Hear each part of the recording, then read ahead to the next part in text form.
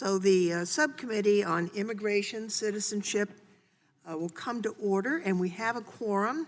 Without objection, the chair is authorized to declare recess at any time.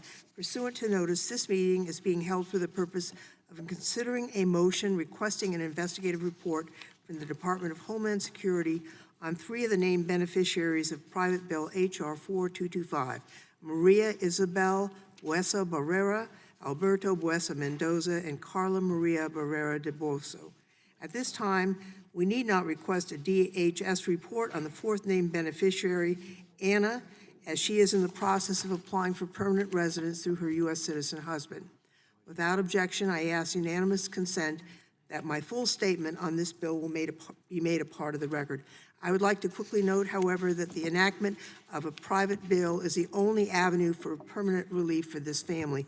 This is a unique and compelling case, which in addition to meeting the standards and requirements of this subcommittee, is truly a matter of life and death. The primary beneficiary, Maria Isabel, suffers from a rare life-threatening condition that cannot be treated in her home country of Guatemala. Maria Isabel is completely dependent on her mother, who serves as her full-time caregiver, and her father, whose medical insurance covers the costs of her care. I would like to commend the work of my colleague, Representative DeSaulnay, for continuing to advocate for the Bueso family in introducing this very necessary private bill. And with that, I would now recognize the gentleman from Colorado, Mr. Buck, for any statement he would like to make on the bill. Thank you, Madam Chair. According to the materials provided to us, Maria Bueso is a 24-year-old native and citizen of Guatemala who came to the U.S. with her family in 2002 to participate in a clinical trial for enzyme replacement therapy to treat a rare disease known as MPS 6. MPS 6 leads to physical disabilities, breathing difficulties, spinal cord compression, organ enlargement, paralysis, and bone and joint abnormalities. The medication, Naglazyme, was approved by the FDA in 2005. This is the only drug treatment available for MPS 6.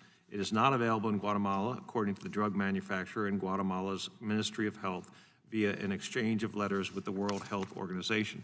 I understand Ms. Bueso continues to receive enzyme replacement treatment at Children's Hospital and Research Center in Oakland, California. The treatment is paid for by private insurance and monitored by the company that developed the drug. Medical professionals submitted letters stating that if she misses treatment, she will experience a return of her symptoms, which will lead to death.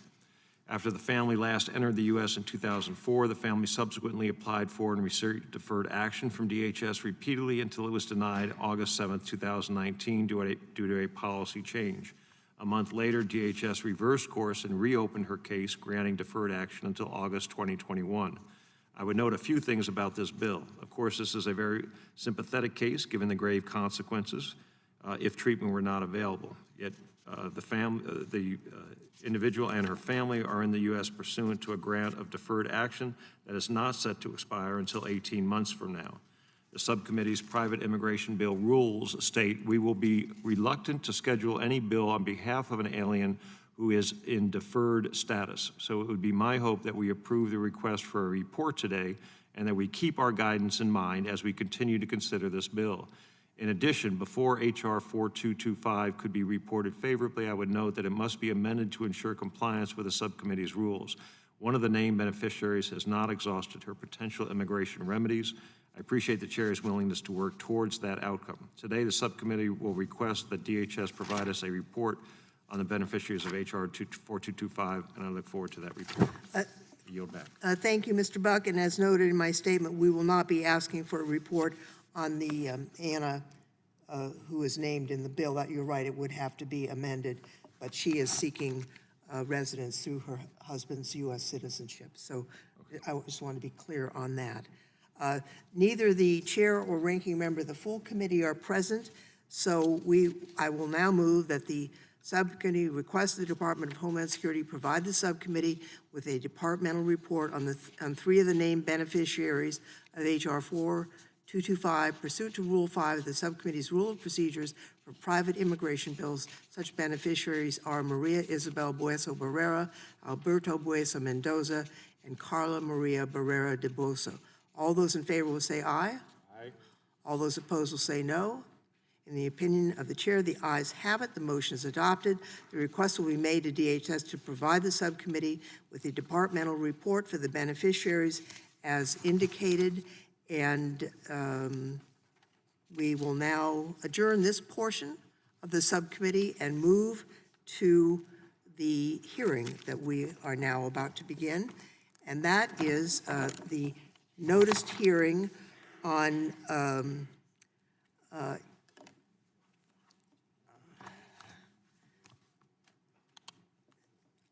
the current state of the U.S. refugee program. The Subcommittee on Immigration and Citizenship will come to order, and without objection, the chair is authorized to declare a recess of the subcommittee at any time. We welcome everyone to this morning's hearing on the current state of the U.S. refugee program. Today's hearing is a timely one for many reasons. A few weeks ago from now marks the 40th anniversary of the Refugee Act, a bipartisan piece of legislation that established the U.S. refugee admissions program and initiated America's commitment to refugee resettlement. This fiscal year also marks the lowest refugee admissions number since the passage of the Refugee Act of 1980 at a scant 18,000, a fraction of the historic average of 95,000 refugees per year. The Trump administration's drastic decrease in refugee admissions, the cut in referrals from UNHCR, and the provision to allow states and localities to so-called veto the resettlement of refugees in their jurisdiction has jeopardized the future of the U.S. refugee program and the United States' longstanding commitment to refugee resettlement. I look forward to hearing from today's witnesses and their perspectives on the current state of the U.S. refugee program, its impact on the future of the program, and the importance of refugees to our committee. Now, without objection, I had endeavored to make sure that freshman members of this committee had an opportunity to step forward, help organize a hearing and preside over that hearing. And I'm pleased that my colleague Sylvia Garcia of Texas will preside over the remainder of this hearing. And without objection, I now yield to her for her opening statement and ask her to take the chair.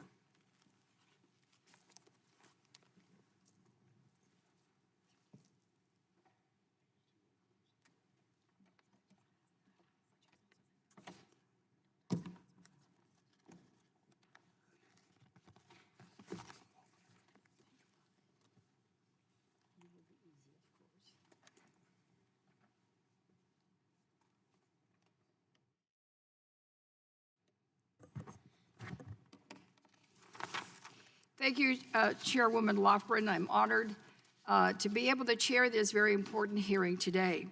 Next week, we will be celebrating the 40th anniversary of the Bipartisan Refugee Act of 1980, signed into law by President Reagan. Since the passage of the Refugee Act, the United States has welcomed an average of 85,000 refugees each year from around the world, 85,000 people who were given a chance at the American dream. Refugee resettlement has always been a bipartisan effort, a responsibility that the U.S. accepted with pride as a beacon of hope for all who yearn for a better life. And more importantly, the American people have supported refugee resettlement. Pew Research finds that 73% of Americans believe refugee resettlement is an important goal for our country. Yet, all this changed when this administration politicized refugees, guided by lies, and slashed the number of refugees admitted to the United States each year. The lies spread about the refugee community are simply not true. There are roughly 37,000 individuals who at the very least have received a DHS interview, in many cases having gone through extreme vetting and have been cleared to travel to the U.S. Yet they've been held back by the administration's policy change. These individuals should be admitted to the country as refugees this year. Delay in resettlement means that families cannot travel together and must wait a long time before being reunited, yet another form of cruel family separation. Refugees arrive from all corners of the globe and resettle across the country. I'm especially proud that my hometown of Houston resettles more refugees than almost any other city in America. After arriving, 90% of refugees reach self-sufficiency in only 6 months, a truly impressive feat given all the barriers that come with living in a new country. Some do this by starting a business and eventually employing others. As we know, refugees start businesses at a very high rate, higher than citizens. Helping refugees along their journey are nonprofit agencies. Some of these organizations have been doing this work for over 40 years, ever since refugees started coming to the United States from Vietnam and Cambodia. Agencies in Houston like Catholic Charities, YMCA International Services, and the Alliance have grown with the rising number of refugees, developing a solid infrastructure of support for newly arrived refugees. Now, because of efforts to drastically limit the refugee program, we risk losing these agencies, the systems that cannot simply start up again once a new administration restores the previous resettlement numbers. The administration recently issued an executive order giving states and localities veto power over refugee resettlement. Governor Abbott of my home state of Texas then made the misguided decision of becoming the only governor in the country to veto refugee resettlement under the executive order. Fortunately, that order has been stopped by the courts, and we're hopeful that it will end there. The world is experiencing the worst refugee crisis in history, with an estimated 25.9 million refugees worldwide, and we cannot abandon our longstanding tradition and leadership in welcoming them. It is good for our economy, for our national security, but most importantly, it is fundamental to our values as a nation, and for many of us, it's fundamental to our closely held religious beliefs. After all, it's about people and doing what's right. Today, we are faced with a choice. We could either allow the administration to undo the will of the American people over the last 40 years, or we can use this hearing to reset our bipartisan refugee efforts and work together to welcome the world's most vulnerable to the land of freedom and opportunity. The choice to me is clear, and I hope my colleagues will join me in saying that refugees are welcome in America.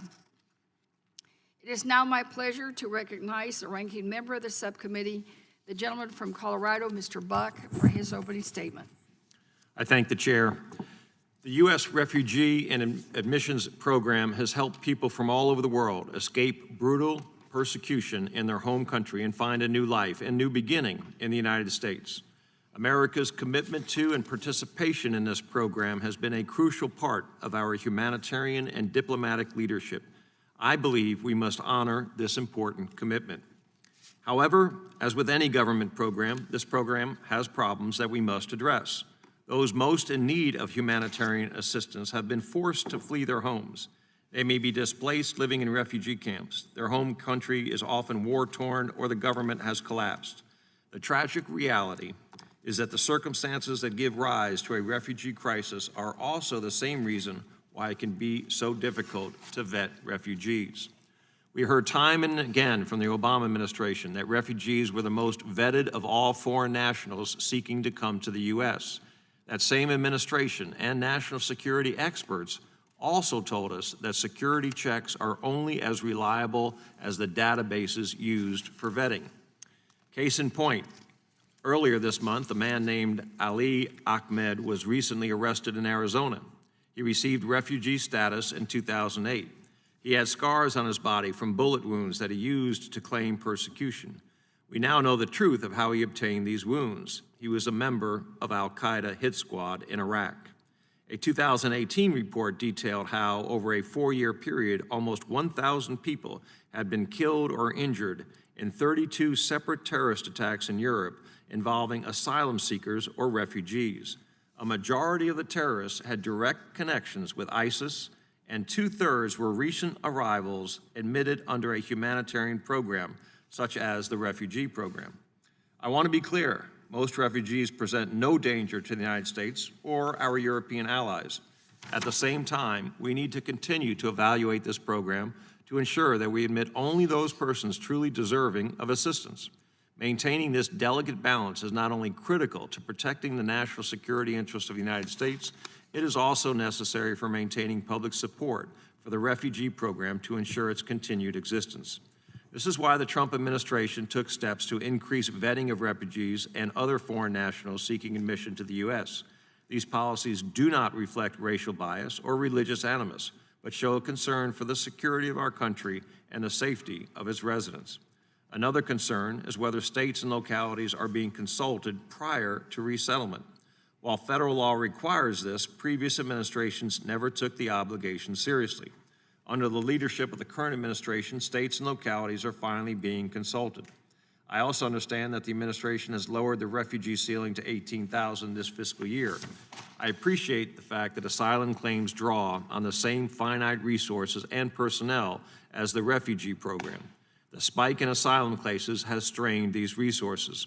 I personally would like to see a greater commitment to helping people truly in need of assistance. The way to do this is for Congress to work with the administration to curb frivolous asylum claims. Doing so would allow us to target resources to process legitimate refugee and asylum claims, prioritizing help for those most deserving of assistance. Finally, I would note that when we consider all the U.S. does in terms of humanitarian programs, there can be no doubt that we are doing our part.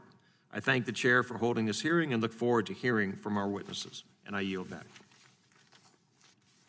It's now my pleasure to introduce today's witnesses.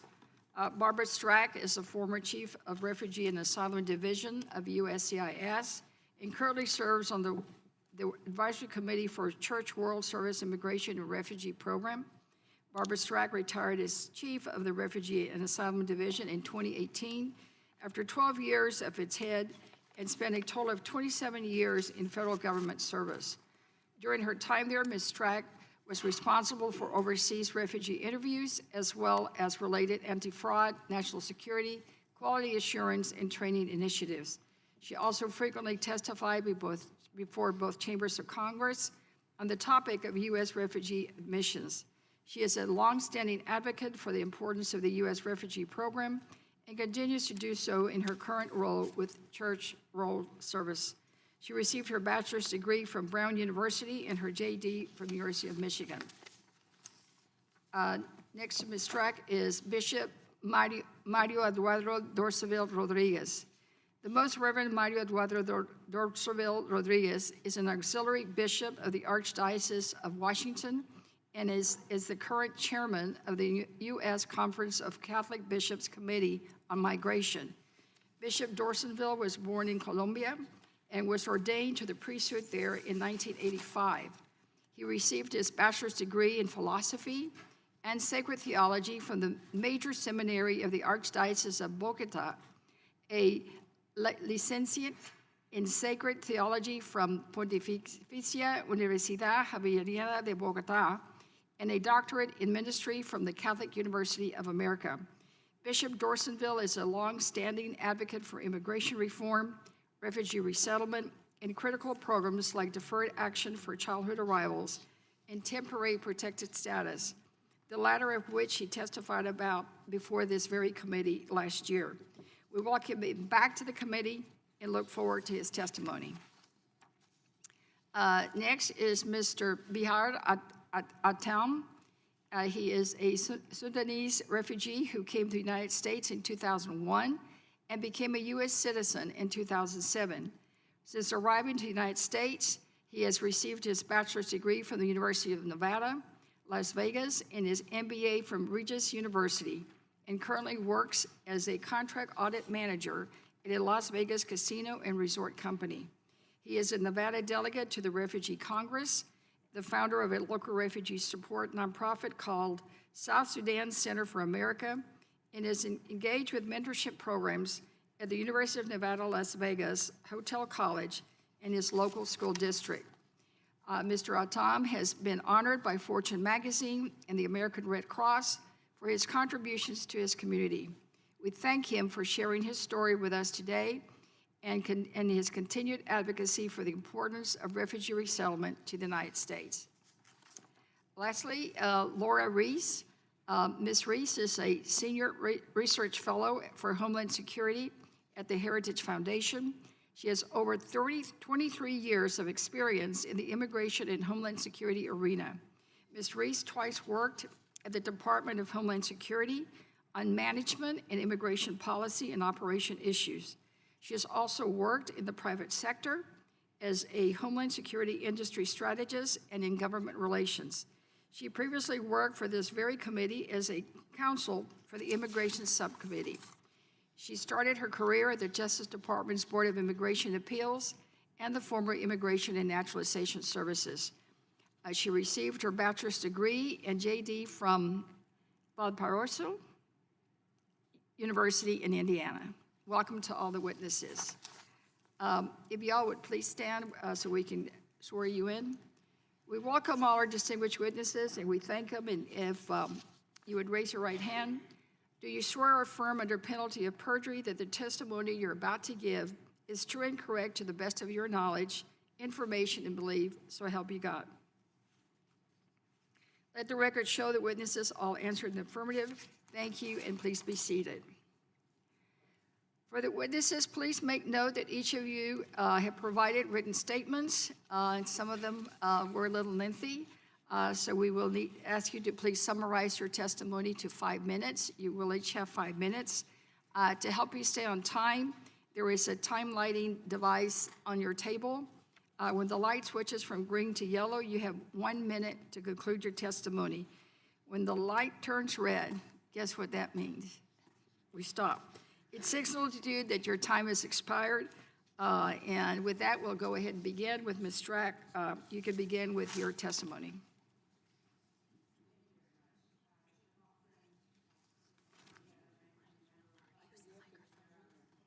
No. Thank you for giving me the opportunity to testify today. I'm the former chief of the Refugee Affairs Division at U.S. Citizenship and Immigration Services, where I served as a career civil servant under the Bush, Obama, and Trump administrations. To briefly set the stage, a refugee is a person outside of his or her country of origin who is unable or unwilling to return to that country due to persecution or a well-founded fear of persecution, on account of race, religion, nationality, membership in a particular social group, or political opinion. Today, there are approximately 26 million refugees in the world. There are 3 avenues to end refugee status. These are voluntary repatriation to the home country, local integration in a neighboring country, or resettlement in a third country.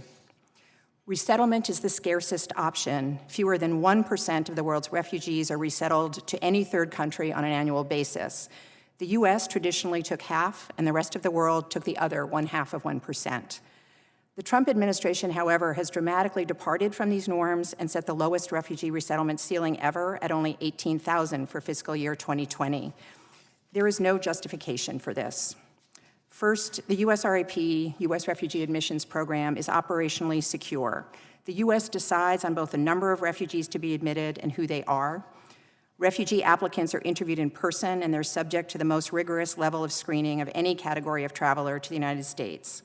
This has been an iterative process of adding new checks, both biometric and biographic, since 9/11. One of the Trump administration's early initiatives was to institute a 120-day review of the security check regime for refugee applicants, followed by an additional 90-day review for certain nationalities. As a result of these reviews, new screening processes were implemented, and refugee admissions resumed for all nationalities by September 2018. The administration has argued that we should prioritize assistance to refugees overseas in lieu of resettlement, but this misses the point that 99% of refugees always remain in host countries close to home.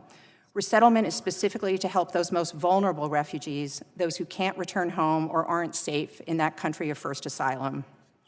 Finally, there are no sound foreign policy reasons for such a dramatic cut, and in fact, reducing refugee admissions hurts U.S. foreign policy and national security interests. While I have been talking about admission ceiling in numerical terms, it's critical to remember that each number represents a person, and each slot in the U.S. resettlement program is a unique and important humanitarian resource that should not be squandered. What I particularly want to highlight today is that the situation for refugee admissions is dire. The program is not on track to meet the 18,000 ceiling. At this point in the fiscal year, concerted congressional oversight is crucial if there's any hope to close this gap. The administration has adopted several self-imposed roadblocks and speed bumps that are suppressing refugee arrivals. The administration took an unusual approach to subdividing or allocating the refugee admission slots to different groups of refugees. Instead of the usual approach of using broad geographical categories, the administration set narrower criteria. These are harder to administer, and they don't properly align with the pipeline of cases already in the US system. These narrow categories actually represent cuts for the groups that are purportedly prioritized. This is true for both the religious persecution category and for Iraqis, those who've worked closely with the US. Against the allocated ceiling of 4,000, only 53 Iraqis have been admitted as of mid-February. I would like to repeat that. As of mid-February, 53 Iraqis have been admitted to the United States. The administration also decided to make it much harder to reallocate slots between these narrow categories, creating a burdensome four-department approval process for no apparent reason other than to stall processing and reduce admissions. Based on my years of experience, the flexibility to use resettlement slots within the broad categories and to reallocate them is a crucial factor in being able to meet the refugee ceiling. This is an area ripe for congressional oversight, and time is of the essence to allow for backup planning. Reallocations need to happen now and on a continuing basis. The need for congressional oversight is particularly stark because the administration is not just temporarily cutting refugee numbers.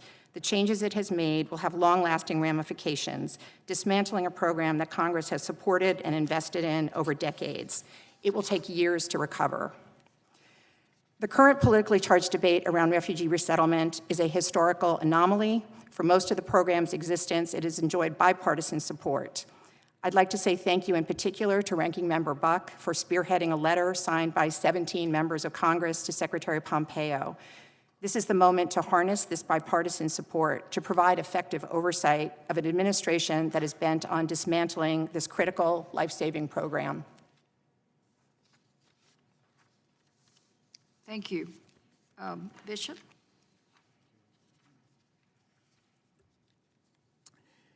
Subcommittee Chair Lofgren, Ranking Member Burke, and Republican Representative Garcia, and House Judiciary Subcommittee members. Thank you for giving me the opportunity to speak with you today about refugees, the life-saving U.S. Refugees Resettlement Program, and its importance to the Catholic Church as well. My name is Mario Dorsonville. I am one of the auxiliary bishops of the Archdiocese of Washington and the chairman of the U.S. Conference of Catholic Bishops Committee on Migration. I am here to offer my perspective as a naturalized immigrant to this great country. A bishop of the Catholic Church and community leader, I am personally an example of the possibility of the American dream. Originally from Colombia, I have had the opportunity to live here in the United States for close to 30 years, naturalized, and achieved my calling to work as a bishop with the Catholic Church. For this, I am blessed. I have been a priest for 35 years, and for 10 years, I had the opportunity to work with Catholic Charities, a Spanish Catholic Center here in the Archdiocese of Washington. Through this experience, I have encountered many immigrants and refugees who have come to the United States and thrived. I have met many individuals, including refugees, who are building lives here so that they can serve others. I have also worked with parishes in the Archdiocese whose lives have been touched and improved by their work assisting refugees' families. In 2013, our Holy Father, Pope Francis, chose at his first official trip as Pope to travel to the community of Lampedusa to acknowledge the deaths of migrants and refugees who had lost their lives going in the Mediterranean in an attempt to flee persecution and find a better life. In that visit, the Holy Father stated that the loss of sacred human life felt like a thorn on his heart. Pope Francis asked us at Lampedusa, "Where is your brother? Where is your sister?" He stated, "This is not a question directed to others, it is a question directed to me, to you, to each of us. These brothers and sisters of ours were trying to escape difficult situations to find some serenity and peace. They were looking for a better place for themselves and their families, but instead they found death. How often do such people fail to find understanding, fail to find acceptance, fail to find solidarity?" Today, I am here to echo the Holy Father's message, to recognize that we must, at all times, but particularly in these moments of great global turmoil, recognize the most vulnerable and welcome them to the extent we are able. As a naturalized and proud American citizen, I can say without hesitation that my adopted country is able to welcome and integrate refugees in a safe manner. In this respect, we have been a leading country to the international community. Other countries are following our example. Refugees are individuals who are among the most vulnerable. As you can read in my written testimony, the Catholic Church for more than 50 years has long supported refugees and refugee resettlements in this country. I am sometimes asked, why is welcoming immigrants and refugees so important to Catholics? Very simple answer. We believe that welcoming refugees reflects our belief to uphold and protect the sacredness of very human life, and beyond this point, let us remember Catholic means universal. Through our Catholic charities around the country, we are heeding Pope Francis's call to accompany and integrate refugees into our communities, dioceses, parishes, and lives. Despite the cuts to the resettlement program and the reduction of refugees being allowed into the United States, I urge you to recognize that we need to welcome refugees now more than ever. It is also important to note. If you could just wrap it up, your time has expired. Oh, God bless you for listening to me. And I will say, in a very small closing point, our community really needs our attention, our compassion, and our solidarity. Thank you so much for your time. Thank you, Bishop. Thank you. Next, Mr. Atam. Good afternoon, Chair, Ranking Member, and members of the Subcommittee. I'm Biara Tim, a former refugee from South Sudan and member of the Board of Directors for the Refugee Congress. In 2014, I also started the South Sudan Center of America, a local nonprofit that assists refugees. I sit here before you on behalf of myself and on behalf of the refugees across this great nation. It is my great honor to appear before you to not only share my refugee experience, but also our gratitude to the American people for welcoming us into the United States. This country has been a life-saving force for us, and the fact that you are willing to hear from someone like me is a further testament to the decency and goodwill of this country. Let me tell you a little bit about myself. In the 1980s, when I was 7 years old, my village in South Sudan was violently attacked during the Second Sudanese Civil War. This was a brutal ethnic religious conflict and ultimately took over 2 million lives and displaced millions. My village was firebombed in part because we refused to give up our Christian faith. When we were attacked, I was in the field with my father's cattle and had to flee for my life with other children. We became part of the so-called the Lost Boys of Sudan, the 30,000 kids between the ages of 5 and 11. We walked over 1,000 miles to get to a refugee camp in Ethiopia and Kenya. When we reached to the refugee camp in Ethiopia, only one in 3 boys survived the journey. Some died of starvation, others died of malaria, still others were eaten by lion and other animal attacks. And of course, many died from gunfire. One time, the Ethiopian soldiers chased us out of their country, forcing us to swim across the Gilo River, which was infested with crocodiles. Many kids did not make it out of the river. They were either eaten or shot. This childhood experience made me, and many like me, especially grateful to the United States. In 2001, nearly 4,000 lost boys of Sudan were resettled across the state as refugees. It was the single greatest blessing of our lives. Unfortunately, just a few months after we arrived, September the 11th happened. One consequence of that was the Al-Qaeda attack. The U.S. Department of State, the U.S. State Department reduced the number of Sudanese refugees who were resettled for some years. So I was sent from a refugee camp in Kenya, where I spent nearly 10 years there in a camp, going from 5 different plane rides from Nairobi to Belgium to New York JFK to St. Louis and then to Las Vegas at 10:30 p.m. at night. Coming from the place where the only light I had was the daylight, so when I was going to school, I had to make sure that I get my homework done during the day. But in Las Vegas, I can do my homework at 2 in the morning on the street. Osama bin Laden was actually supporting the Sudanese government, and that was the reason why we couldn't go to Sudan. And this had impacted us for so many years. So I often think about when I became a U.S. citizen in 2007, I couldn't wait for a day when I was going to go back to the refugee camp and bring my mother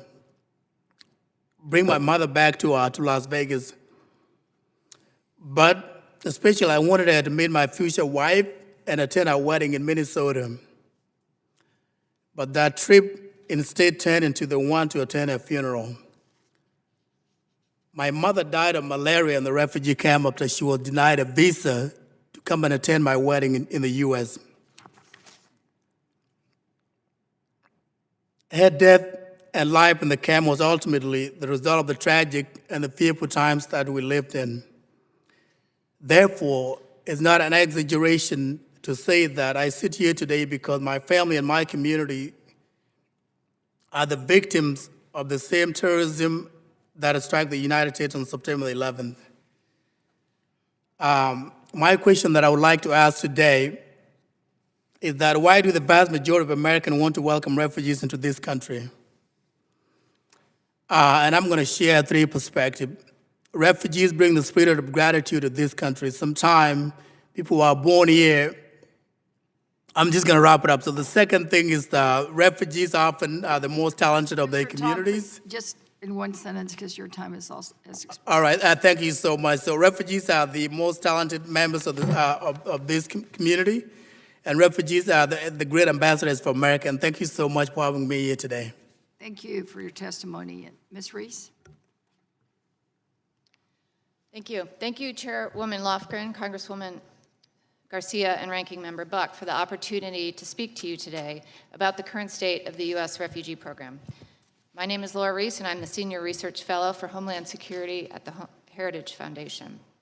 The views expressed here are my own and do not reflect an institutional position for the Heritage Foundation or its Board of Trustees. I have spent my career involved in the immigration and Homeland Security arena, including the Department of Homeland Security, the Department of Justice, and the U.S. House of Representatives Committee on the Judiciary. And as a former counsel on this subcommittee, I'm honored that this is where I am testifying at a congressional hearing for the first time. The United States has a long, proud humanitarian tradition of admitting refugees into this country.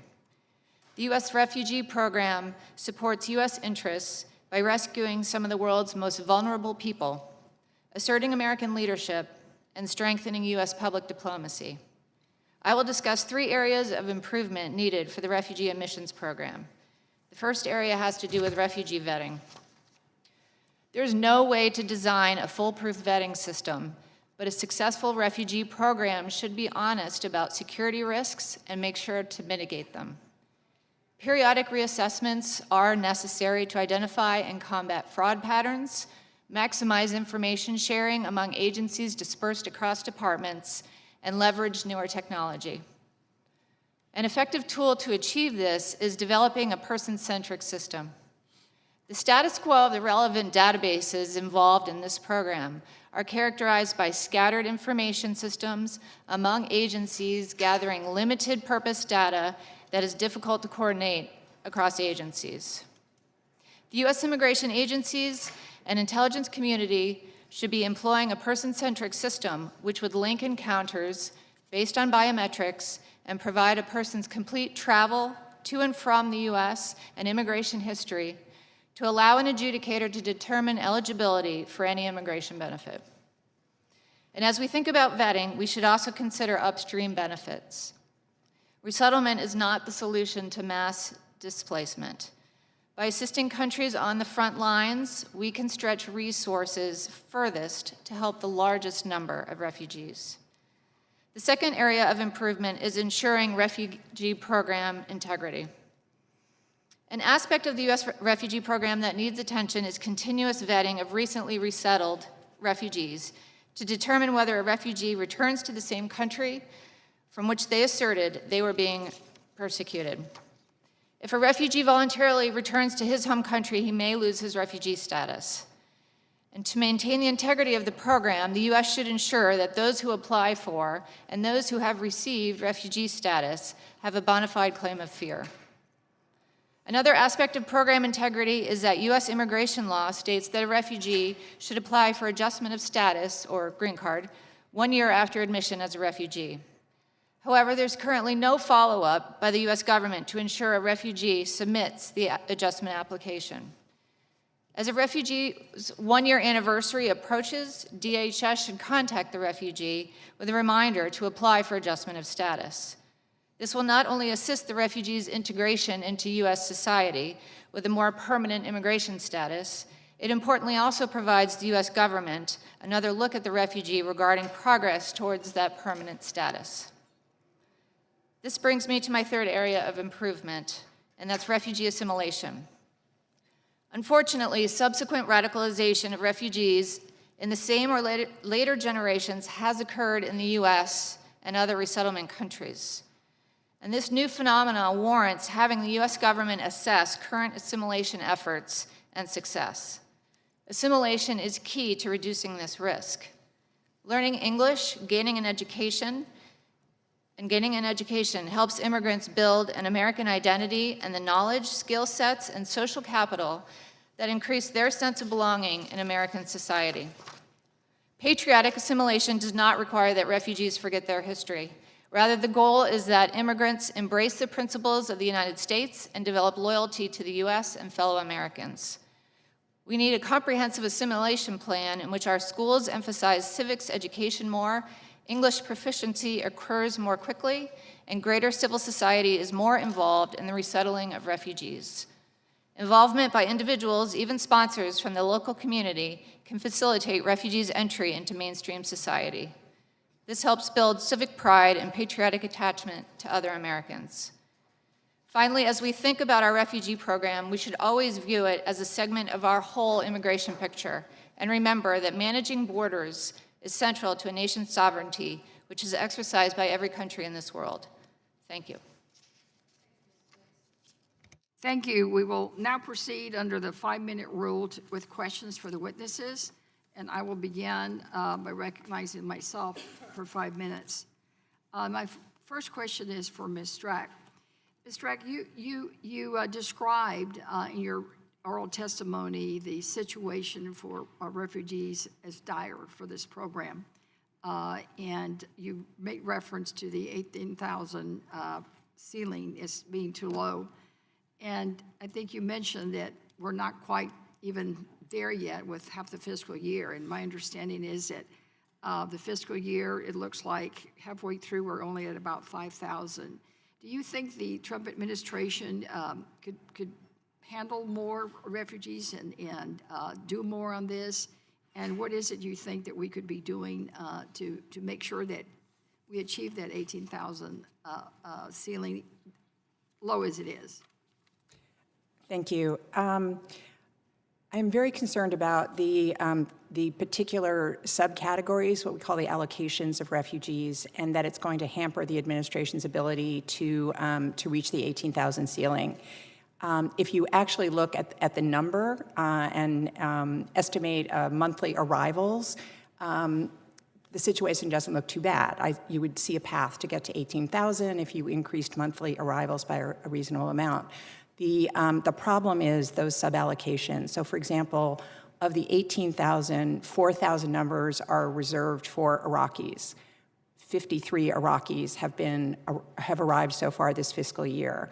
And my concern is that there is not a path forward to go from 53 arrivals to 4,000 arrivals. And that I strongly suspect that my former colleagues at the State Department and USCIS have those data. They could share them with you and show you a pipeline report of who's in the pipeline and what's the likelihood they could travel this fiscal year. And if they can see already that those cases are not going to travel this fiscal year, what I'm suggesting is those numbers should be reallocated to another category where there is a backlog of refugees who could travel this year. That could be the religious minority category, it could be the other catch-all category, but that the statistics are there and the knowledge and experience is there in the programs to be able to project with a fair degree who is likely to be able to travel this year, and the categories where there's going to be a shortfall, those should be flipped to another category where individuals are more likely to be able to travel this year, consistent with the priorities that have already been set by this administration. Right. You know, the administration claims that it's had to reduce the administration's goal in order to focus the resources on the southern border. So is it a resource issue, or is it a funding issue, or is it this category flipping and, you know, wrong targets for the wrong group of people, that put it another way? The refugee and the asylum program are legally and operationally distinct. And I believe that the reference to the southwest border is largely a post hoc rationalization for an administration that chooses to have a smaller refugee admissions program. I think one piece of evidence for that is when they set the ceiling at 18,000 for this fiscal year, there were already approximately 40,000 refugees in the pipeline who had already been interviewed by DHS officers. And I think that's the argument there, that there's a scarcity of officers to do the interviews. But these were interviews where USCIS officers had already been overseas, interviewed them, and those cases were conditionally approved. So there's no offset with the asylum program in that situation. The other thing I want to say is my experience as a government official, and in the last 12 years as really an operational person, policy drives resources, not the other way around. So when there is a policy will to admit refugees, resources follow. It's not the other way around. Okay, thank you. And Bishop, can you, thank you again for your support on this issue. And I know that we've talked about the Texas governor using that veto power, decided not to do that refugee resettlement programs in Texas. What has been the reaction from your colleagues in Texas and the Catholic community about the governor's decision? Well, we have been, first of all, working with other religion groups and denominations. I guess that we expect that there might be a rectification, if it's possible, advocating and continue to try to find the real ways to support, to welcome, and to integrate into the parish and diocese life the refugees would be a very important point. I guess that advocating, praying with them, trying to walk with them it would be like the main point. Surprise and disappointment always comes from the ones who have to face day by day the drama, the human drama of many people. But still, we move with much faith and hope that we know that perhaps there might be other ways to face this kind of crisis. Thank you, Bishop. Sure. My time has expired. I'll now recognize Mr. Biggs of Arizona. I thank the gentlelady, the chair, and I thank each of you for being here to testify before us today in this important hearing. Ms. Reese, you talked about coordination of data across agencies, and I'm wondering, in the world of refugees and the basically sometimes the upheaval that is causing the movement of peoples, and how would you suggest that we acquire information? You mentioned biometrics, for instance, and how would we transmit that across agencies and coordinate better in the United States? So there's two parts to that. One is UNHCR, the biometrics that they collect, and having them share information with the resettlement countries. But then also the other side is within USCIS. For example, having the intel communities who have to do security checks, which can take a long time, be able to, along with the immigration agencies, get a complete picture of all the data that does exist on a person to make sure, is this person eligible? Grant the benefit. If they're not eligible, don't. But it would add a lot of efficiency.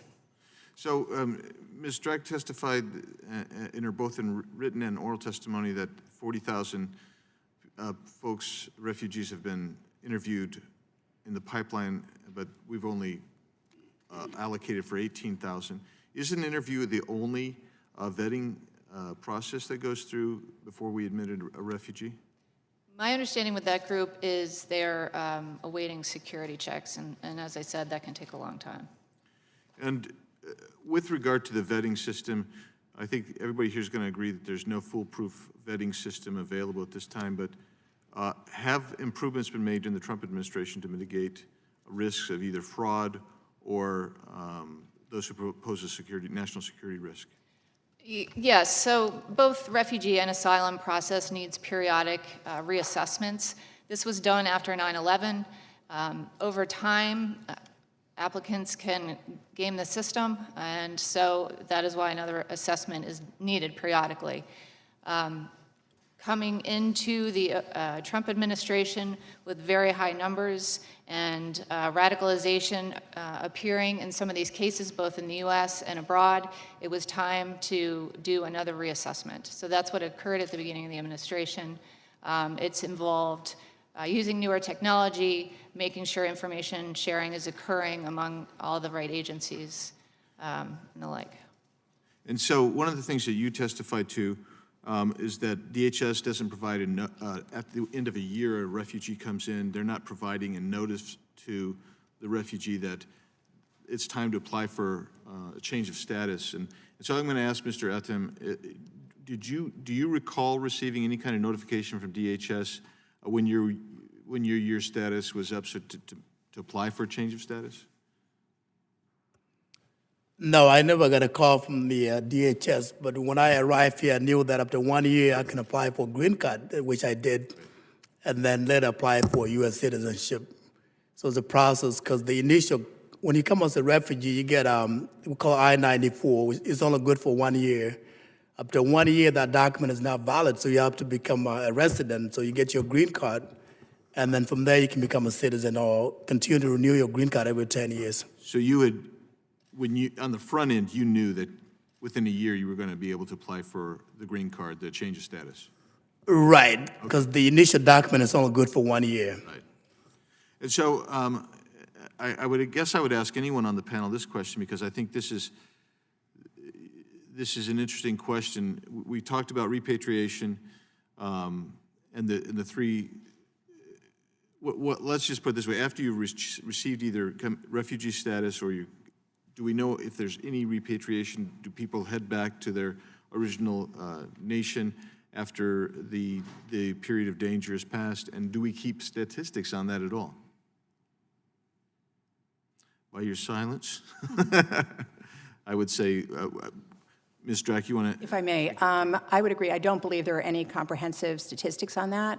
I would like to note that sometimes there are very legitimate reasons for refugees to return to their homeland. I think my fellow witness mentioned one might be going back to visit a relative, a sick relative, try to dispose of a family business or family property. So those are typically short visits done somewhat stealthily.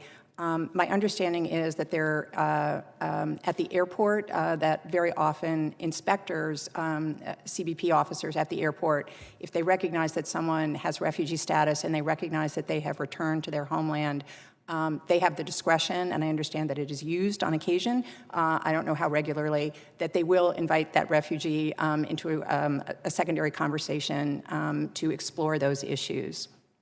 Thank you, and my time's expired. The chair now recognizes the subcommittee chair, Ms. Loughran of California. Thank you very much, and thanks to each witness for being here and sharing your information with us. Mr. Achmed, you had a longer statement, and I know that the chair is enforcing, as she is required to do, our 5-minute rule, but I wanted to hear the rest of what you were going to tell us. So tell us your success story. Thank you so much for that opportunity. So when I came to the U.S. here, I knew that I had to get a job right away. After spending nearly 14 years in a refugee camp, you pretty much leap up the ration that is provided by the United Nations. So when I first arrived in Las Vegas, it took me, about 6 weeks to be employed. So within the first few weeks when you come to the U.S. as a refugee, you get cash assistance, so it was like $335 a month. And there's a one-way airplane ticket that you get to pay back as a loan, so I gladly paid that back after I was employed. So getting a job right away, really working hard to better yourself, and then getting education, so that's what I had to do coming to the USC, and that's what refugees are doing in this community. And some of the refugees that I know that have really done well for this country, some have died in the service in Iraq and Afghanistan. Some have graduated from Ivy League universities, and we have some with foreign service officers. So my story of when I became a U.S. citizen, I really wanted to go back to Sudan and be able to be reunited with my family after 21 years of separation. But when my mom was denied a visa, I just felt that as an American citizen, my rights didn't matter, because I was going to take care of her in Las Vegas. I own a beautiful home in Nevada, went to college, been successful. But my mother was denied the opportunity to be reunited with my family and my children, so we never had the opportunity to be blessed by her.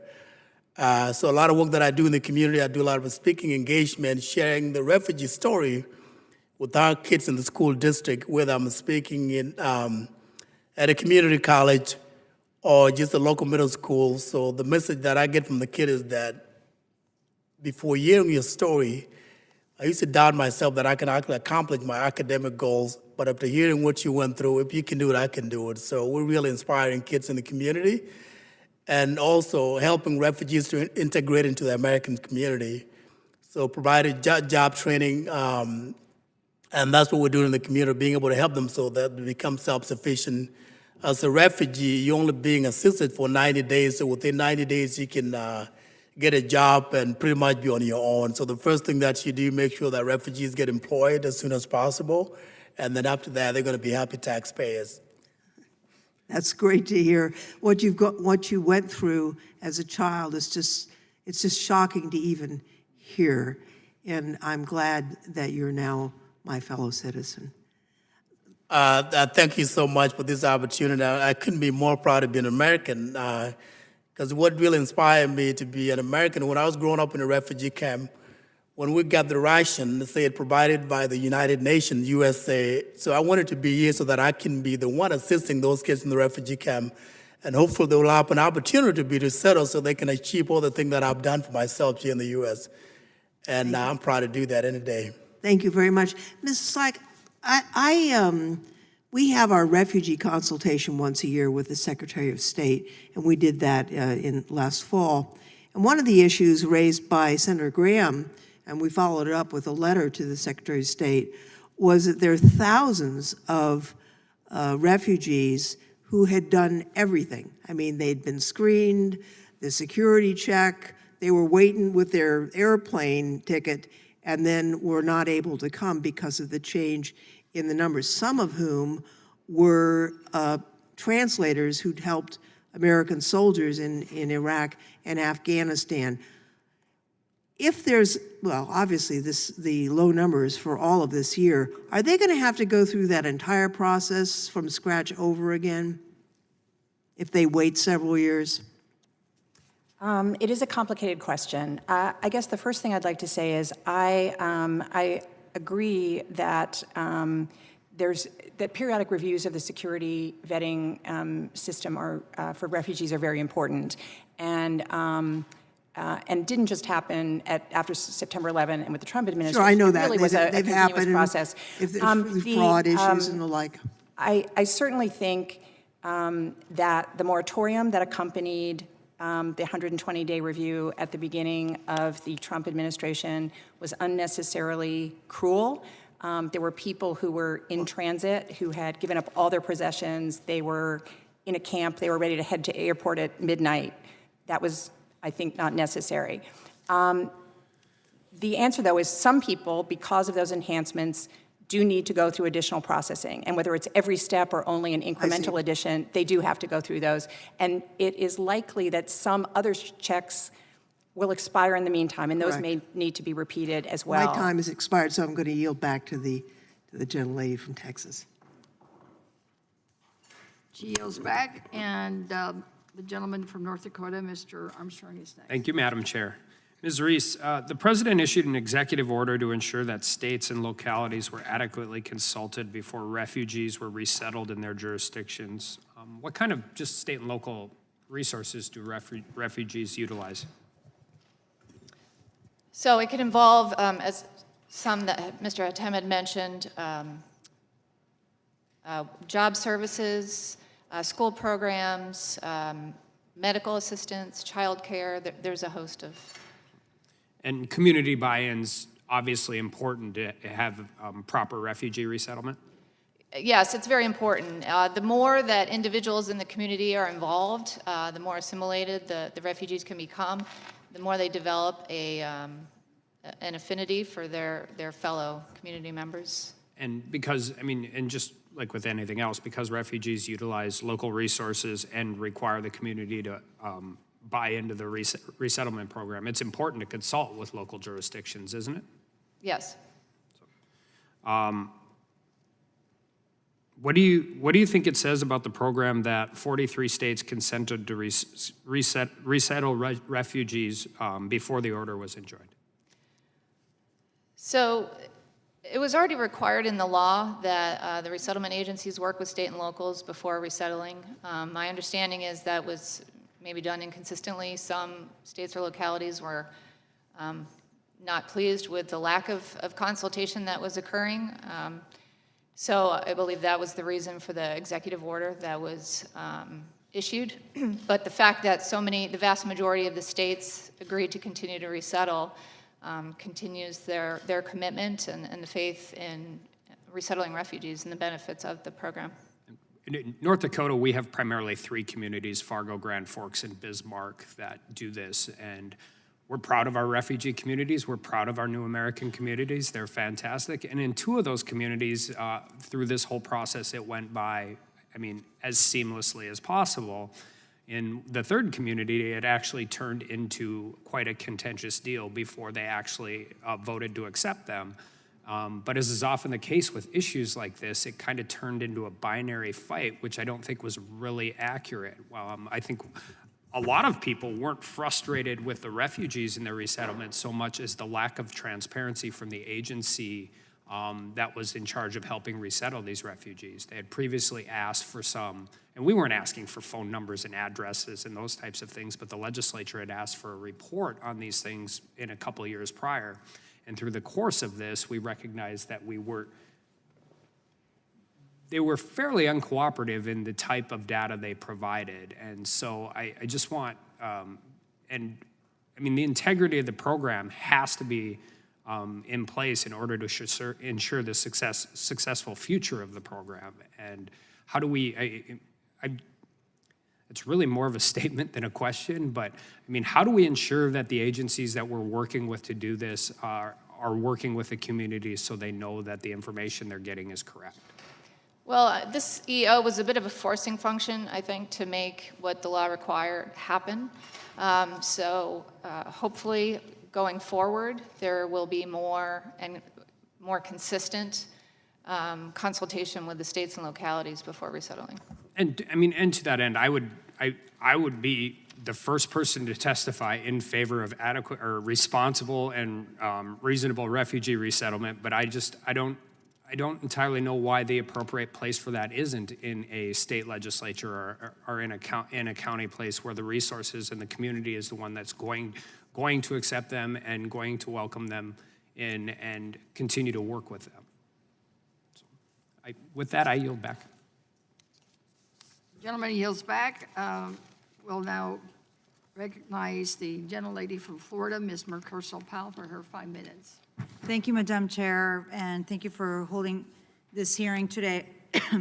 I think that it's clear, and we see this every day, that the world, not just the United States, but the entire world is facing the worst refugee crisis in history. There are millions of people that are being displaced, not just because they're fleeing political persecution, corrupt governments, violence, but also because of scarcity of resources and the effects of climate change, like what we've seen in Guatemala. And under this administration, the number of refugees admitted into the safety of our country has dropped dramatically. These new policies disregard the real human beings that are fleeing these brutal dictatorships like what we're seeing in Venezuela right now. And it seems to me that the administration, with these new policies, are completely disregarding the fear, the persecution, and the people that are escaping these countries, like in Nicaragua. It's incredible for me to see that the country has cut from fiscal year 2016, the number of refugees that were admitted were 85,000 refugees in 2016. In 2020, we've only admitted 18,000, a 79% decrease, and the lowest level in the history of the U.S. refugee admissions program. This is a complete contradiction to everything that the United States stands for. It ignores our place in the international stage as a beacon of hope.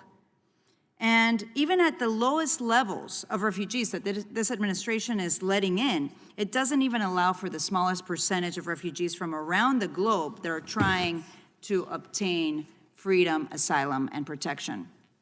This is not only a blow to our refugee policy.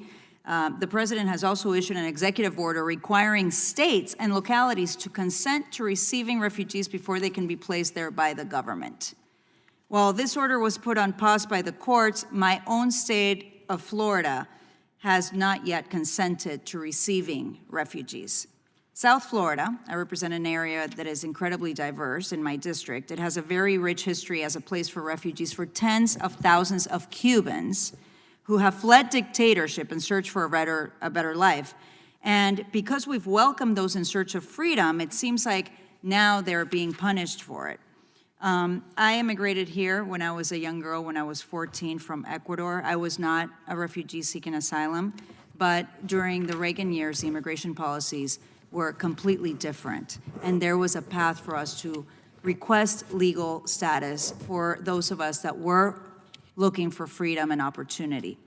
And I know that my life has changed incredibly because of the opportunities that were allotted to me, and my story is not unique. We continue to be a nation of immigrants. We continue to be the opportunity for those that are fleeing violence and persecution. So my first question to Mr. Atam, refugees clearly benefit from coming here to the United States. This is not a one-way street, and we really don't discuss this enough. Can you describe how refugees are vital to the economic health of small communities across the country? Thank you. So the opportunity that refugees bring to the community, so refugees are often the one doing the job that nobody wanted to do. For example, when I arrived in Las Vegas, I was a janitor, and no young man wanted to do that kind of job, but you gotta be a refugee to be excited about doing that job. So the way we look at things, whatever first opportunity, the first job, it could be working in a meat factory or working on a farm or food processing in Alaska or working in a service in a casino somewhere in the U.S. So those are the ways that in which refugees do really help those communities. So they're providing cheap labor, and then in turn they're building their communities. So they work their way up through the system, getting better jobs and moving on there, and then creating opportunities too for the communities. Like myself, I'm a real estate developer in Las Vegas. I own an apartment complex on top of working as an audit manager for a casino, for a corporation. Mm-hmm. So those are the benefits that we do bring to these communities. So we really what we really need as refugees, we just want to be water. We need water, and then we're going to blossom and give you flowers and food. So, but the temporary assistance for 3 months, that's pretty much all we're asking for. Because for refugees, it doesn't take long to get an opportunity, and we're really not afraid to start at the bottom. Although some may come from their home communities with advanced degrees, but to come to America, you start at the bottom. So refugees are really grateful for those opportunities, so they can not only make the difference here in the U.S., but helping peoples in their home countries as well. Thank you so much, Mr. Tam. I'm out of time. I wish I had more time, Madam Chair. Well, Maybe next the time. gentleman yields back. I now recognize my colleague and friend from Texas, Ms. Escobar. Thank you, Madam Chair, and thank you for hosting this very important hearing. You and I hail from the same state, and you mentioned earlier that our governor has chosen to openly reject refugees. And my esteemed colleague, Mr. Armstrong, just moments ago talked about the need for local governments and for states to express whether they want to accept refugees or not. And I want to first say that I have much respect for Mr. Armstrong, so this is not against Mr. Armstrong, this is against that perspective. In my state, unfortunately, our governor has adopted the same tactics that many others in his party have adopted, and that is using migrants and refugees as scapegoats, trying to portray them as people to be feared, even people to be hated. In fact, I represent El Paso, Texas, a community that on August 3rd suffered through one of the most horrific targeted attacks against Latinos in our nation's history, when a gunman drove over 600 miles to literally, he confessed to wanting to slaughter Mexicans and immigrants. And the anti-immigrant sentiment and the xenophobic pervasive xenophobia that is pushed by leaders at our highest levels of government, I hold them responsible for helping fuel the hatred and ultimately the violence. In fact, the day before the attack, the governor sent out a fundraising letter denouncing immigrants, using the same hateful rhetoric that the killer used in his own manifesto, and trying to raise money off of that fear.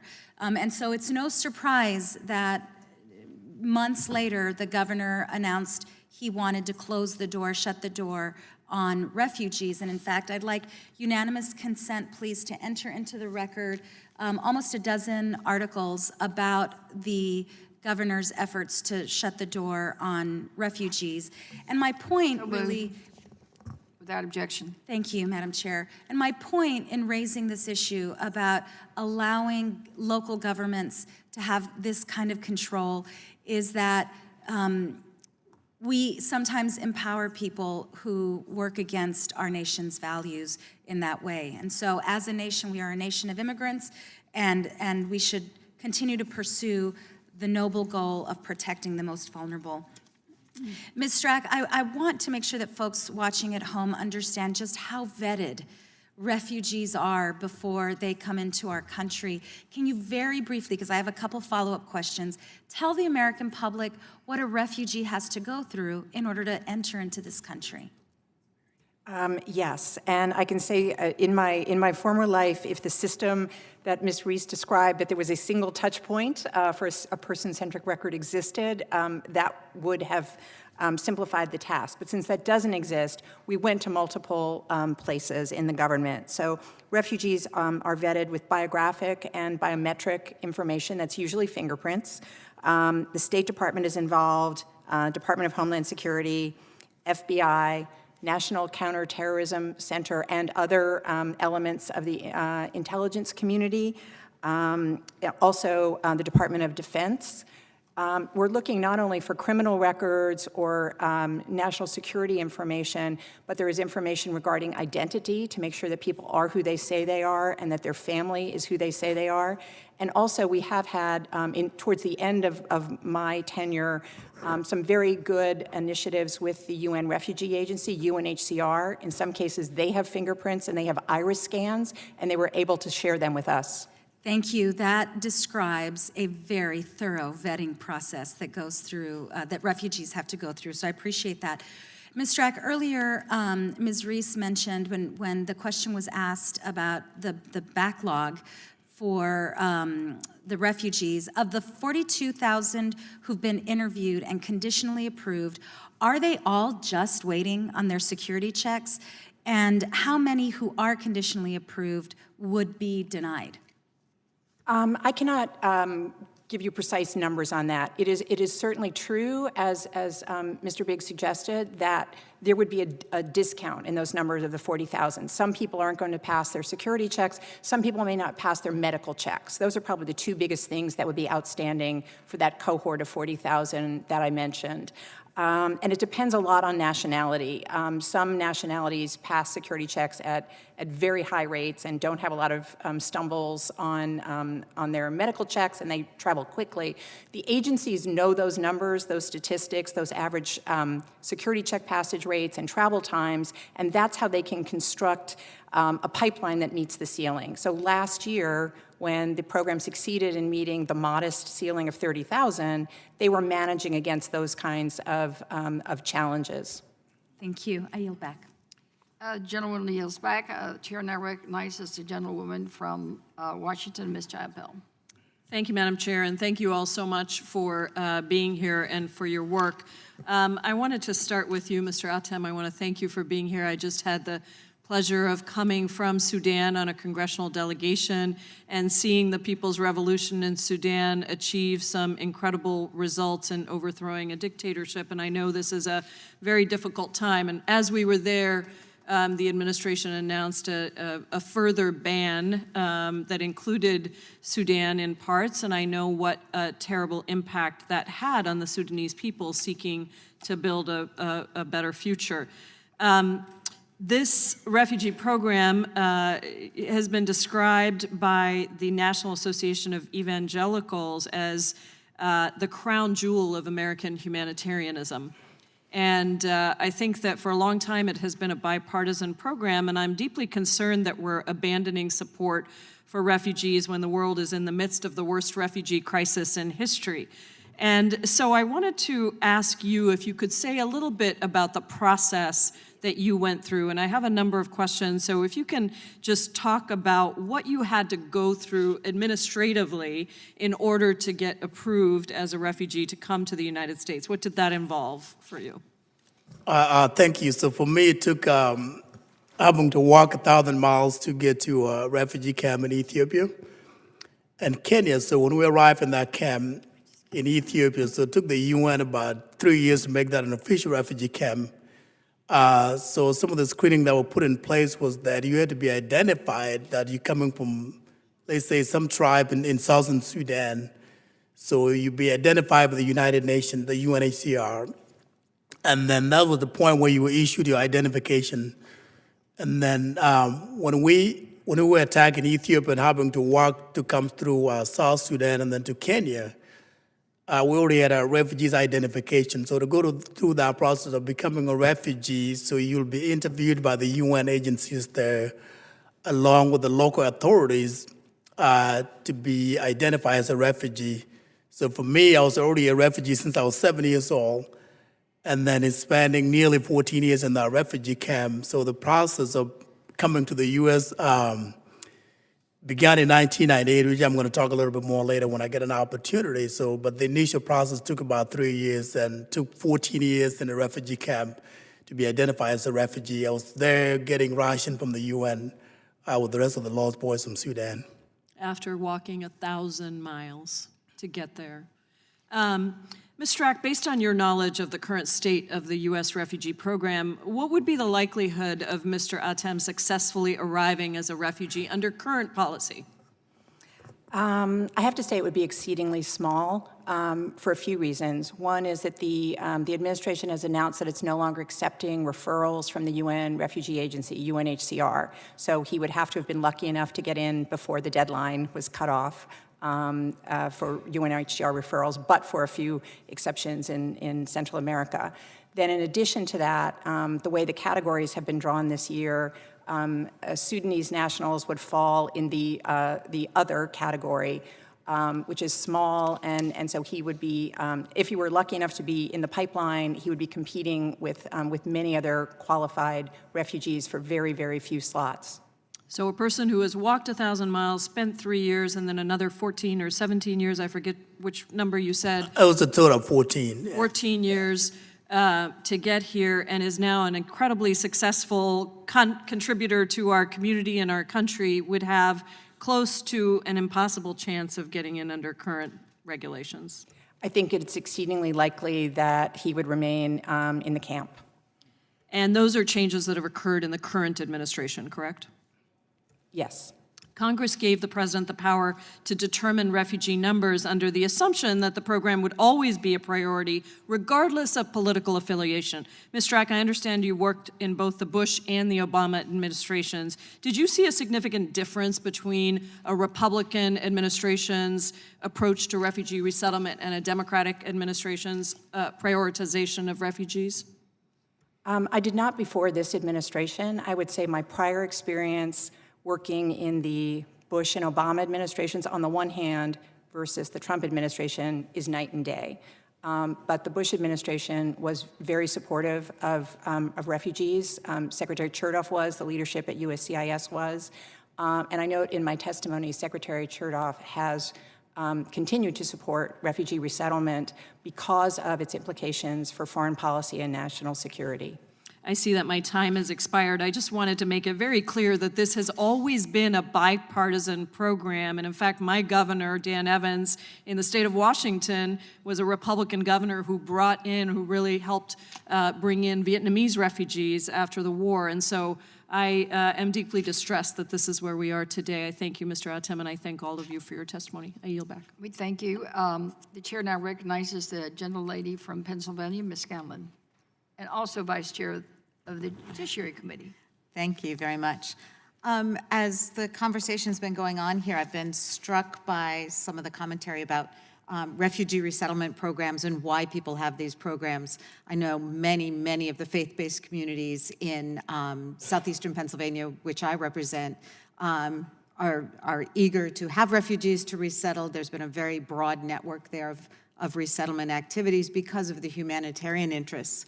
But I hail from northern New York, the Syracuse area, and a couple years ago when I was visiting, there was an article that I would ask unanimous consent to introduce in the record. Trump policies stopped the flow of refugees to Syracuse, once a resettlement magnet. Without objections. And there were just some really interesting points in there.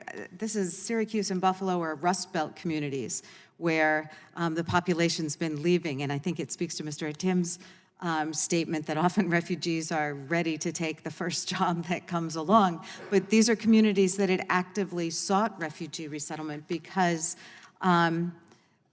you know, they had a labor shortage and they were seeking ways to revitalize their communities.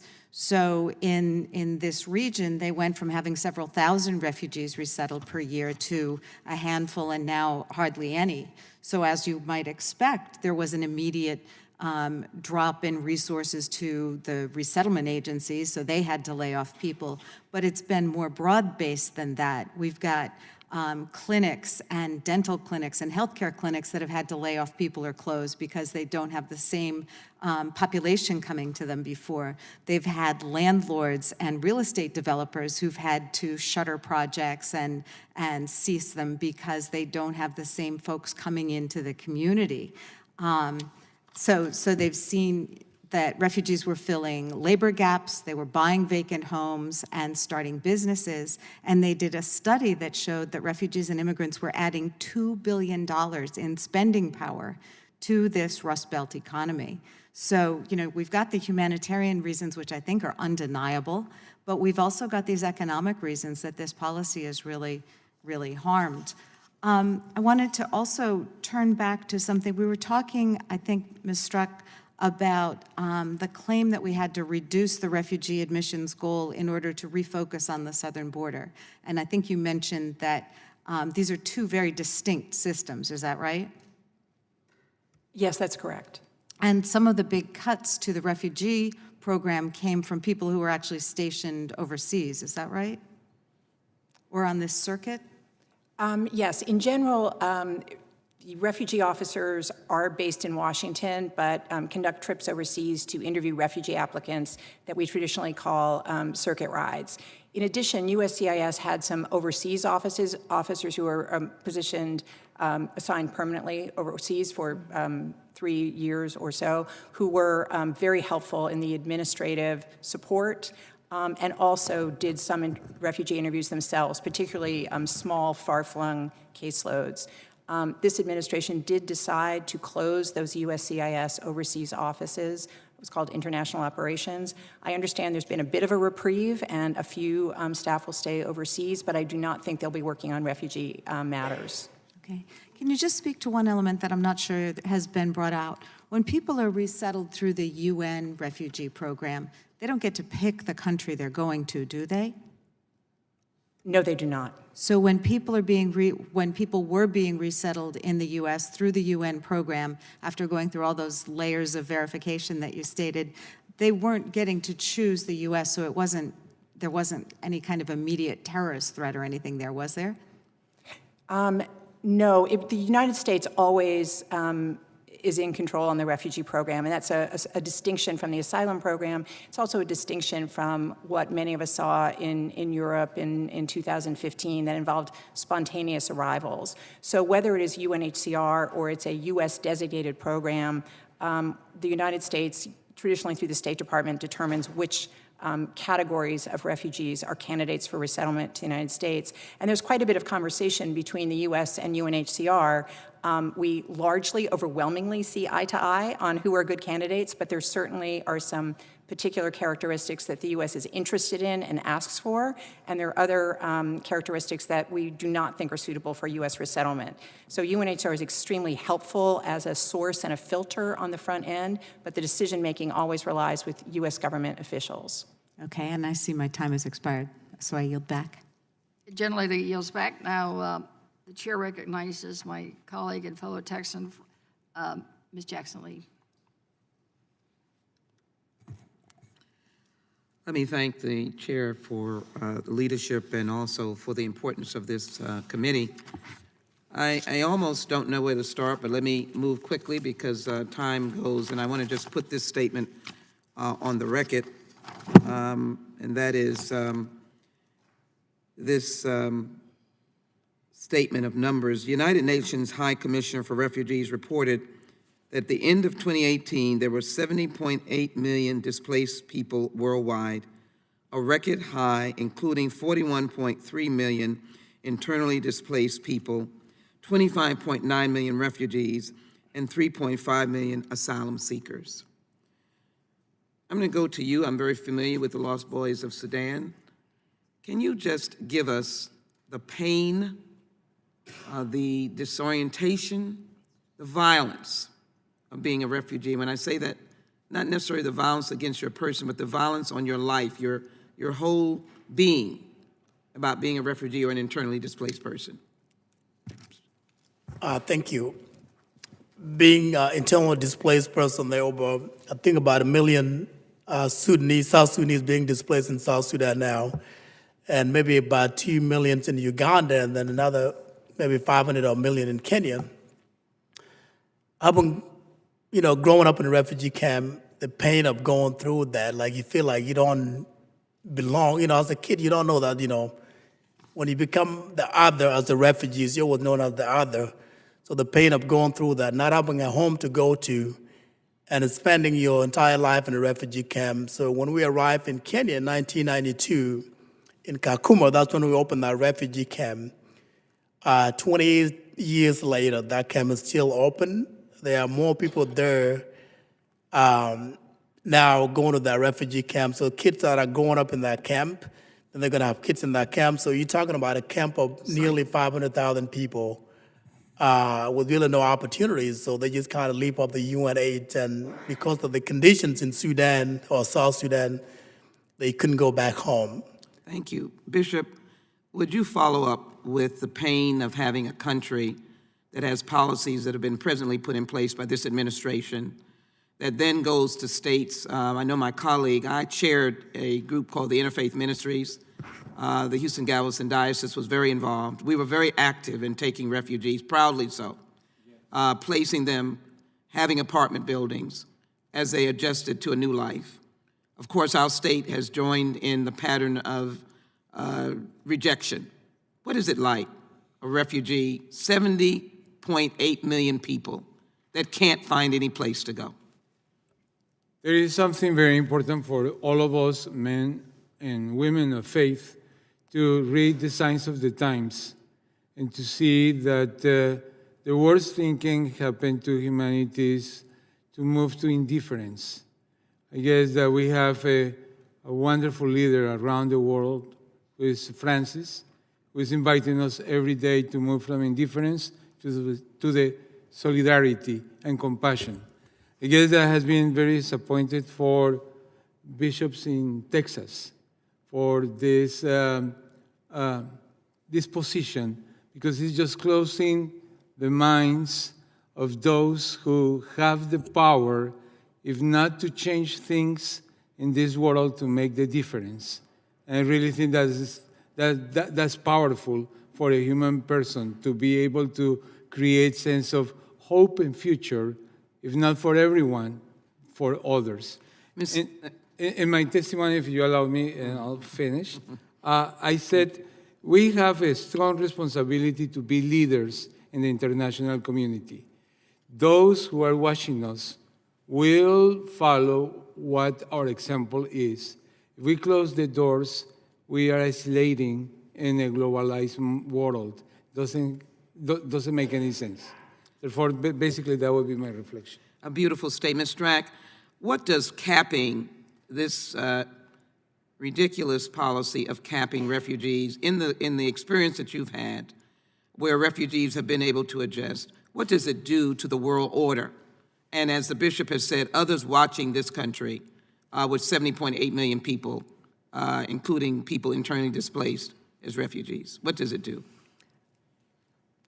During my tenure with the program, and for many years before that, the United States was widely recognized as the leader on refugee resettlement. We had the largest program in the world. We had the most diverse program in the world in terms of nationalities, in terms of case profiles.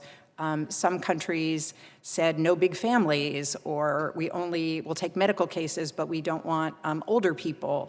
The United States was renowned for taking those large numbers, and it made a difference because we sometimes, at best, we could bring other countries to the table. So we helped bring other resettlement countries to the table beyond the traditional ones by showing the example of doing that. And it led then to, I think, the strengthening of American communities that people have been talking about here today. Thank you. I yield back. Gentlewoman's time is expired. She yields back. The chair now recognizes the gentleman from California, Mr. Correa. Thank you, Madam Chair. First of all, let me welcome our witnesses here today. Thank you very much for shedding important light on this issue. Ms. Tack, I have some questions for you, if I may. You're the head of the Refugee Affairs Division at U.S. Citizenship and Immigration Services under a number of presidents, including President Trump, correct? Yes, sir. I served for the first year of the Trump administration before I retired.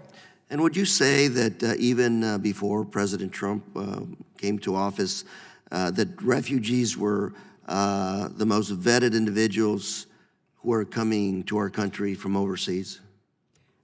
Yes, they were. And we were a pioneer in a number of security checks. We were able to form alliances with national counterterrorism and other colleagues, and a number of checks that we... Counterterrorism with other groups around the country? I'm sorry, yes, here with our federal government colleagues. So in particular, for example, the National Counterterrorism Center. They, as the intelligence community and national security colleagues, got better and more proficient and were able to do additional types of vetting. Often the refugee program was the prototype. We were first in line to say, Say that again. Your program, the refugee program, was a prototype for what? To pilot new security checks that were not previously in place for any category of traveler to the United States. So would you say then that you were pretty much here doing your job? Did you check with other international databases, or is it just U.S.? From our immediate counterparts were U.S. government agencies, but some of those agencies were attached to international systems. So, for example, we had access to Interpol data through those other U.S. government partners, yes. How long would it take to go through some of these background checks? It's very hard to answer.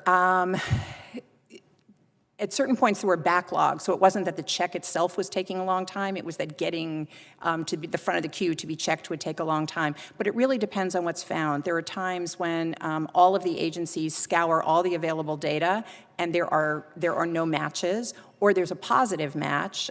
For example, someone who, an Iraqi who testified, I worked with the US military in Iraq in such and such a place, we had access to fingerprint records and we would find a DOD record that indicated, yes, that individual worked for us at DOD at the time and place that they said.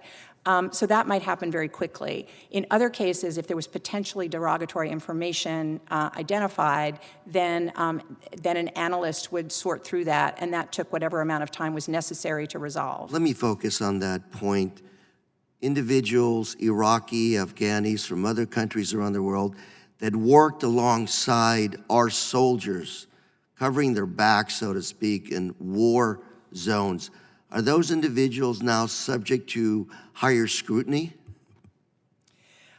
They are subject, I would say, Iraqis in particular are subject, as far as I know, again, I've been out of government for 2 years, the status quo that I knew is they were subject to the same set of rigorous checks as other refugee applicants.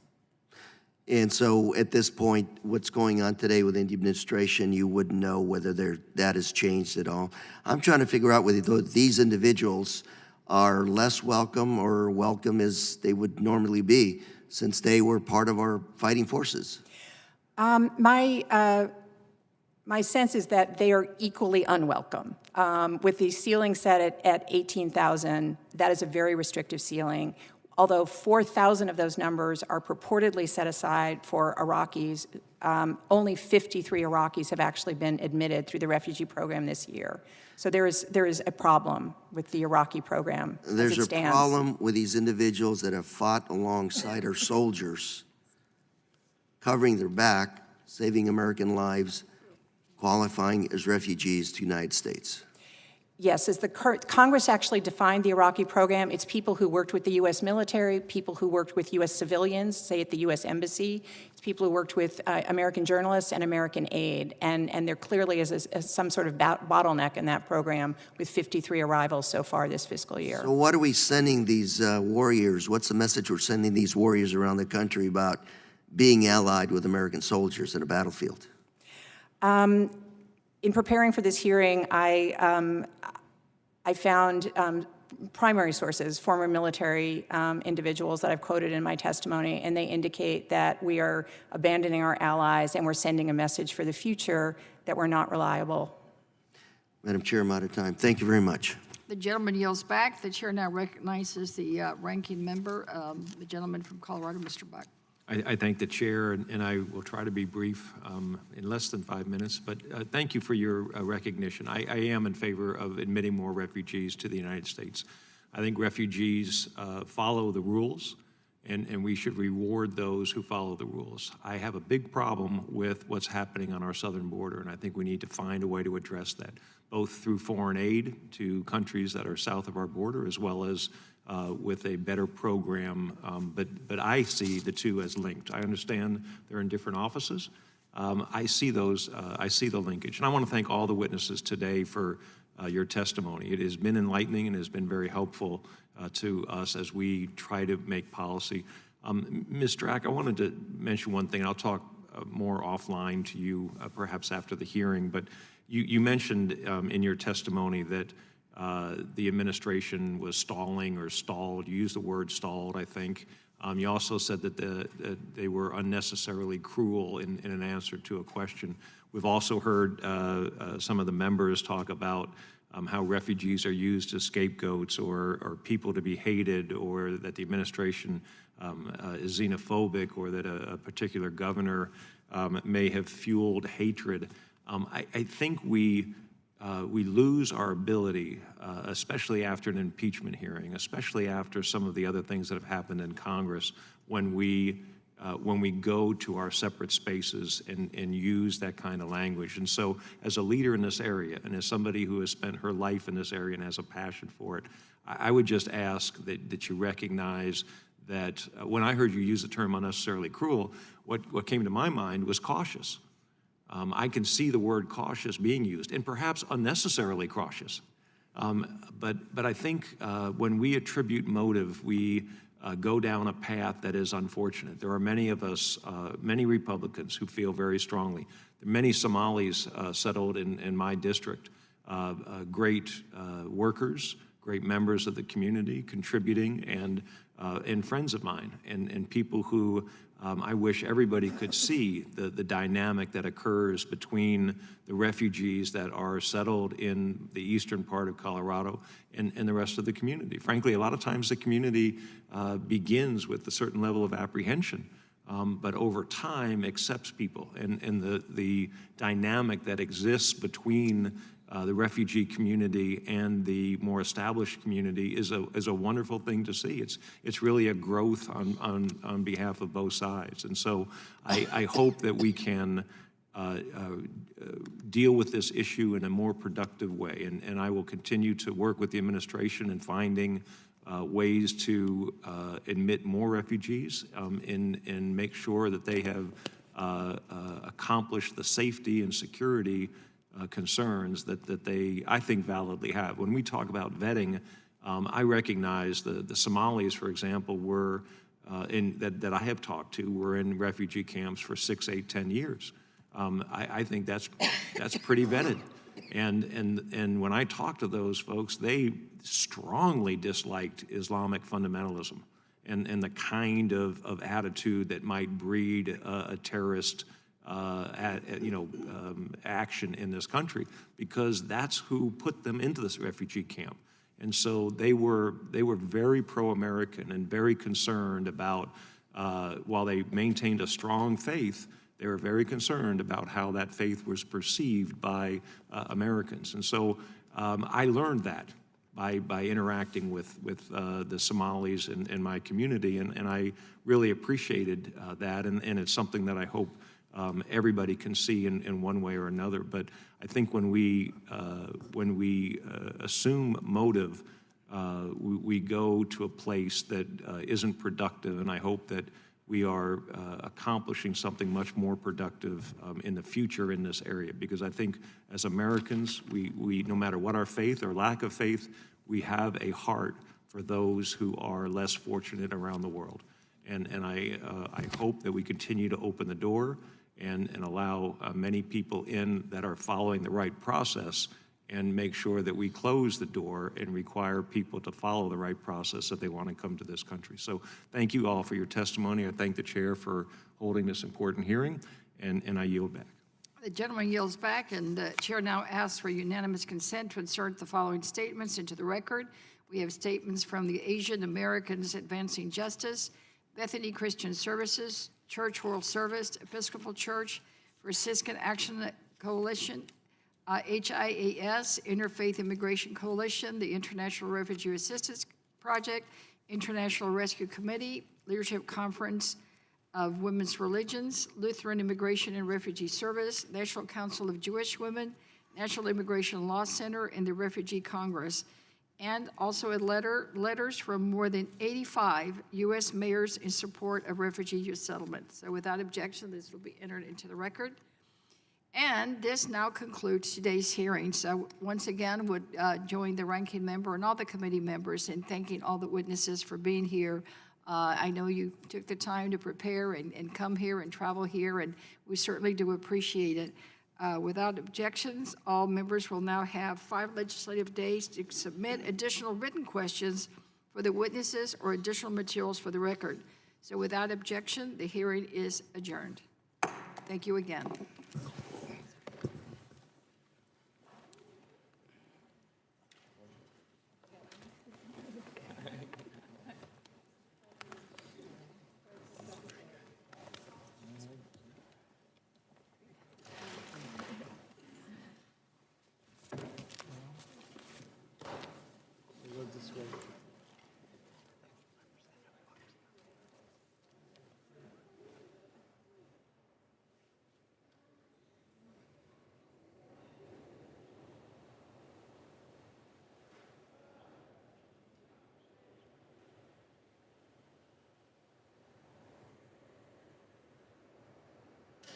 He's been a good champion across the aisle. Yeah, thank you. I'm going to go that way. Excuse me.